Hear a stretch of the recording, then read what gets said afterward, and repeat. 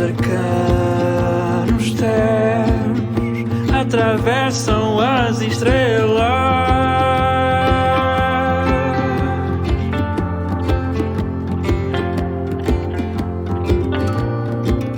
Do centro aos extremos, formando coisas belas.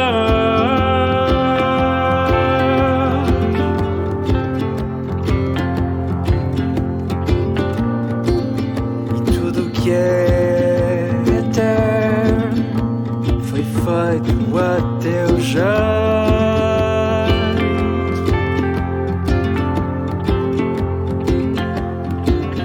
Animal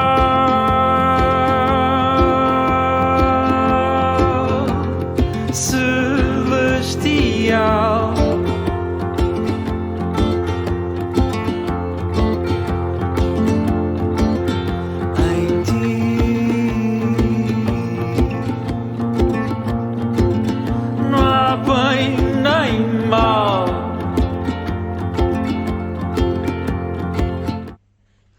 árvores que quebram a ligação covalente tripla para que acaba por fixar o azoto atmosférico no solo. Parece muito complicado, mas realmente é muito simples se souberes que plantas usar. Siga a falar sobre isso.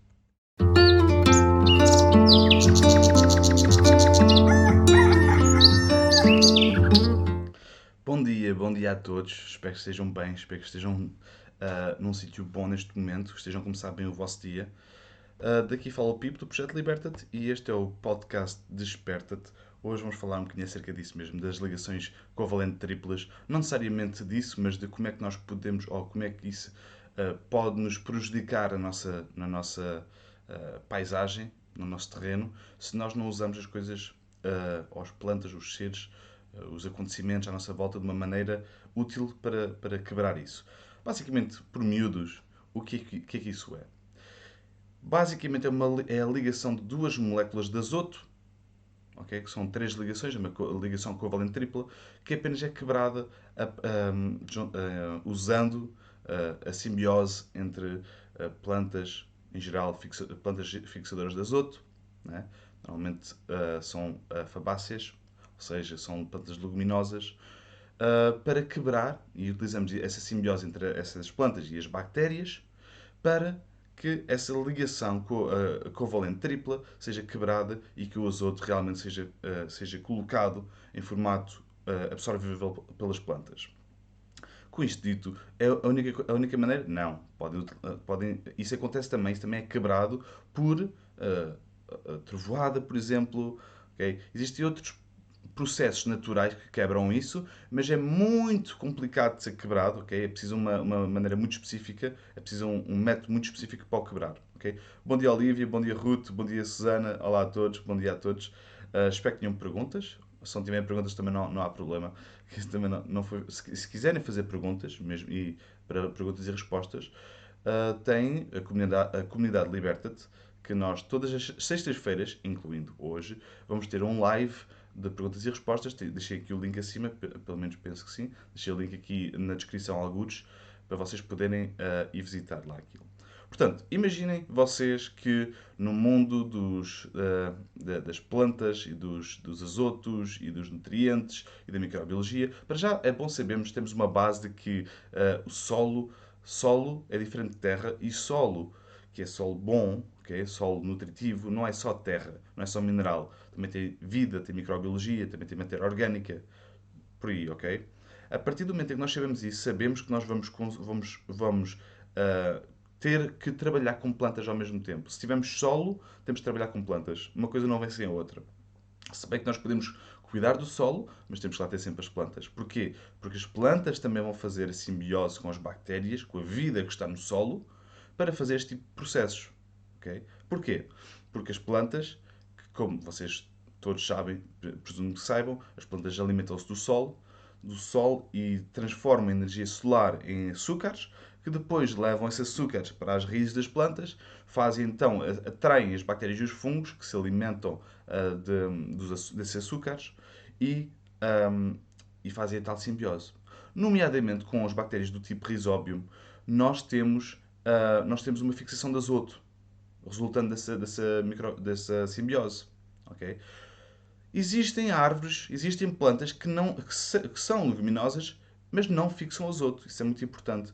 Muitas vezes é lixado quando nós pensamos, epá, é leguminosa, siga, vou utilizar isto, é um perfil mesmo perfeito para o meu espaço. Mas depois acaba por não fazer aquilo que a gente quer. Possivelmente podemos nem sequer nos apercebermos que isso não está a acontecer como a gente quer, mas simplesmente porque pensamos que as leguminosas fixam azoto, utilizamos, ok? E não está a fazer o trabalho. Outra coisa que também pode acontecer, nós não temos as bactérias do tipo risóbio na nossa terra, no nosso solo. Quer dizer que se nós não tivermos as plantas que fixam azoto, ou se não tivermos um dos dois ingredientes, obviamente não vamos estar a fixar azoto. E é muito importante saber isso e há maneiras simples que também posso partilhar com vocês aqui, ok? Hoje. Primeiro que tudo, é importante saber que plantas não fixam azoto de maneira nenhuma. E uma coisa que é muito comum e que eu vejo, e lá na comunidade ainda há pouco tempo, acho que penso que foi ontem, estávamos a falar disso, houve uma publicação bem fixe de um projeto que vocês deviam pesquisar, Campos da Estrela, ok? Do João. Pesquisem, que ele está a fazer um trabalho de caraças. Força, João. Estou mesmo a gostar de ver o que estás a fazer. Um, mas já, ele fez lá uma publicação acerca de árvores a fazer essa pergunta. E depois, no meio dessa conversa, no meio dessas dicas, que ainda tenho que responder, ainda está a acontecer, e eu apercebi-me que ele pensava, havia um grupo de pessoas que pensavam que as alfarrobeiras eram fixadoras das outras por serem leguminosas, por serem leguminosas, exatamente. Um, mas na verdade elas não fixam azoto. São uma das poucas plantas que supostamente são luminosas e que deviam fixar o azoto, mas não fixam. Quer dizer, que se nós utilizamos isso a nosso favor para o terreno, nós não vamos ter aquilo que a gente quer do terreno. Não vamos ter o resultado que a gente quer do terreno. Ok? Quer dizer o quê? Que se calhar se fôssemos para uma casuarina ou para um amieiro, ok? Nós vamos estar a trabalhar com plantas de diferentes géneros, de diferentes espécies, que fixam o azoto. Quer dizer que há algumas plantas por aí que acabam por fazer simbiose com outro tipo de bactérias, okay? Com outro tipo de processos, que acabam por fixar o azoto gasoso em azoto orgânico, absorvível pelas plantas. Okay? Portanto, isso é muito importante de saber. Árvores como, uma dica muito, muito importante para vocês, especialmente se estiverem em Lisboa, que há muita gente que acompanha de certeza em Lisboa, é vocês têm um mapa da cidade, das árvores da cidade. As árvores municipais muitas vezes são fixadoras de azoto ou de crescimento rápido. Quer dizer que são ótimas para projetos de permacultura. Porquê? Porque nós queremos criar muita biomassa, nós queremos árvores pioneiras, muitas vezes também são melíferas porque têm que ser bonitas. Tem árvores melíferas, tem árvores fixadoras de azoto, okay? Na cidade. E tem um mapa que vos diz onde é que cada uma está. Por exemplo, eu sei que quem conhece Lisboa, no Caixo de Sodré, aquilo está cheio de tipo anatipos. Houve uma vez que eu passei por lá e não consegui agarrar as sementes todas, ok? Coisa incrível. Tipo anatipos. É uma árvore que é fixadora de azoto. Se quiserem podem pesquisar, podem escrever. Tipo ana, tipo. Okay? Com o tipo é com um U no final. Mas vocês, mesmo escrevendo mal, é uma árvore bastante popular. Depois tem as árvores que são consideradas invasoras, como por exemplo as albízias, que são lindíssimas. Elas espalham-se quase como se fossem são consideradas invasoras porque se espalham quase como se fossem os cardos. Estão a ver? Tem aqueles flufes que se espalham com o vento. Também na cidade não há muito onde invadir. Também é por isso que se calhar utilizam isso lá. Mas, sem dúvida nenhuma, que as albízias são árvores lindíssimas, dá um aspecto do caraças ao nosso sítio, embeleza logo o nosso sítio, é fixador de azoto, é de crescimento rápido, aguenta cortes, é melífera, é quase uma árvore que dá para tudo, daquilo que a gente quer. Criar biomassa, fixar o azoto, atrair os polinizadores, é bonita, os olhos também comem, ok? Portanto, temos a albízia. Temos as casuarinas. Lá está, no caso, nas casuarinas, elas não fixam azoto através da bactéria do tipo risóbio. Mas fixam azoto. Ok? E são de crescimento crescem relativamente bem. ok?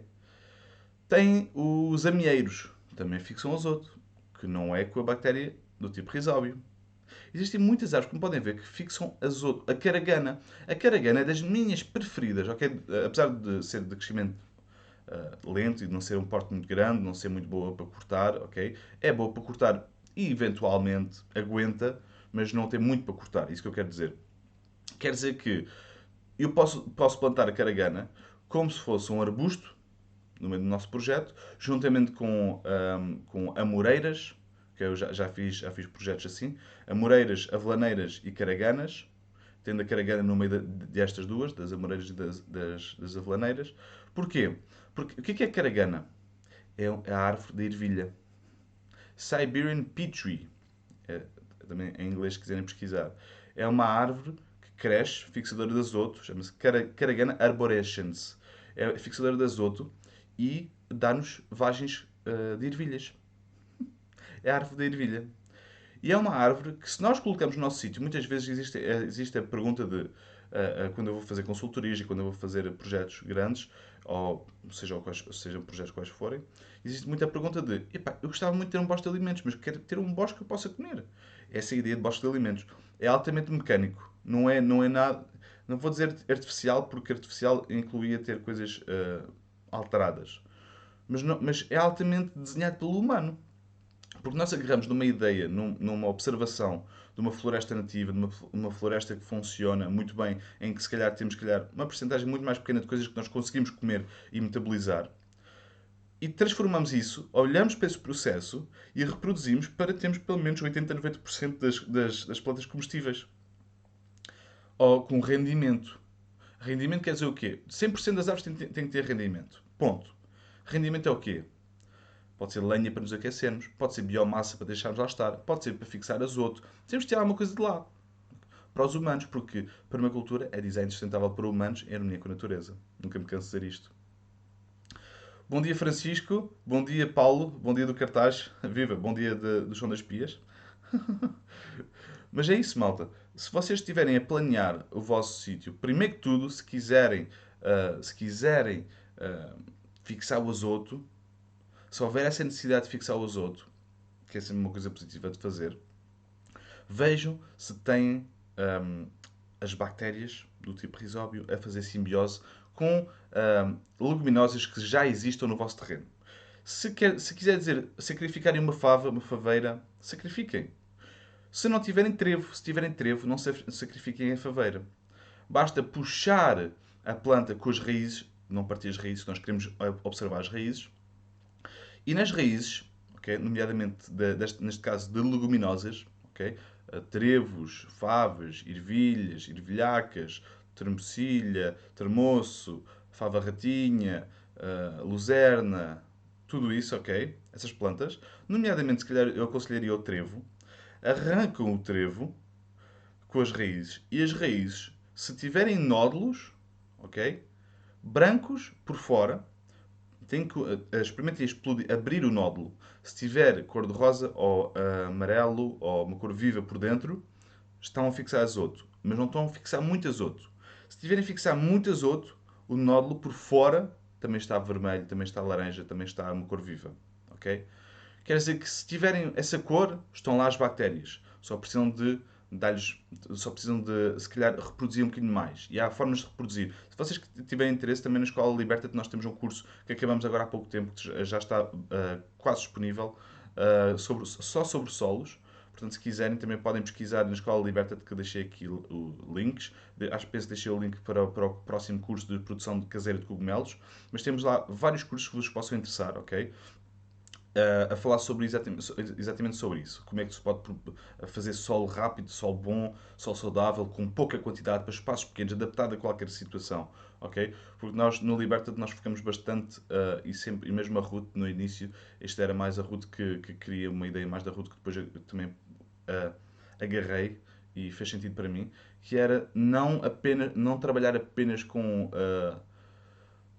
sítios macro, ok? Sítios, hectares e hectares de terreno, centenas de hectares de terreno, mas sim trabalhar com a varandinha da cidade, trabalhar com os pequenos espaços, com o particular, com a pessoa que queria mudar um bocadinho o seu estilo de vida utilizando técnicas permaculturais. Porque já há muito e ainda continua a ser preciso, ok? Nós fazemos muitos trabalhos grandes, mas ainda há muita necessidade, a falta de serviço na parte de pequenos projetos, porque normalmente não rendem tanto. Mas é uma coisa que faz muita diferença, porque uma casa de cada vez, um metro quadrado de cada vez, uma pessoa de cada vez a alterar um bocadinho o seu estilo de vida, vai nos levar à grande mudança que a gente quer ver, não é?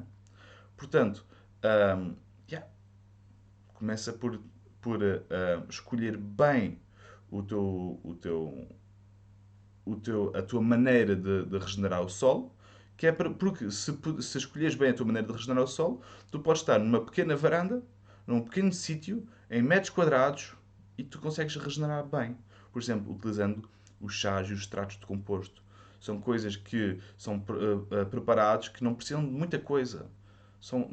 Ou os vermicompostores, não precisam de muita coisa. Estás no meio da cidade, vermicompostor. Não deites cheiros, se for bem feito. E há maneiras simples de o fazer. E nós explicamos isso também lá nos cursos. Também já fizemos N vídeos acerca disso. Tudo isso para dizer que nós podemos utilizar os nossos espaços, não interessa o tamanho que são, ok? Não interessa. Tenho uma varanda de 1 metro por meio metro.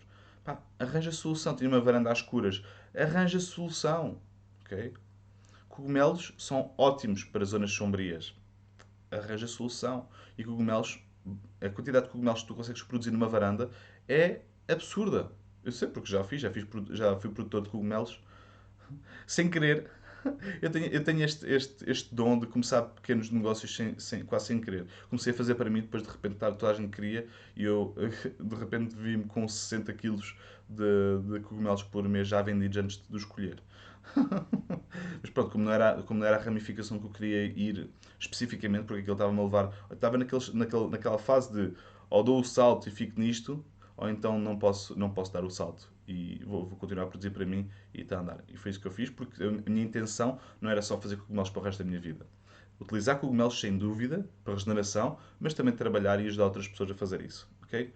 Malta, se tiverem interesse então nos cursos, não se esqueçam de pesquisar aqui acima. O próximo curso vai ser de produção caseira de cogumelos.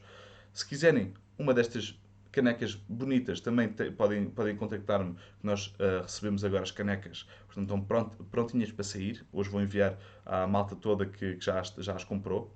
Obrigado por isso, obrigado pelo apoio. Isto é um apoio a estes podcasts que, que são um desafio do caraças, porque no outro dia estava a privar com a Ruth, que eu não sei o que é que me deu na cabeça para me desafiar a mim próprio a começar um podcast tão cedo de manhã com um puto acabado de nascer. Tenho um recém-nascido agora mesmo. Portanto, eu já não sei o que é a cama. Portanto, este café faz todo sentido para mim. A história desta caneca faz todo sentido para mim, porque ajuda-me a despertar e ajuda-me a falar acerca de temas que possam ser relevantes para vocês.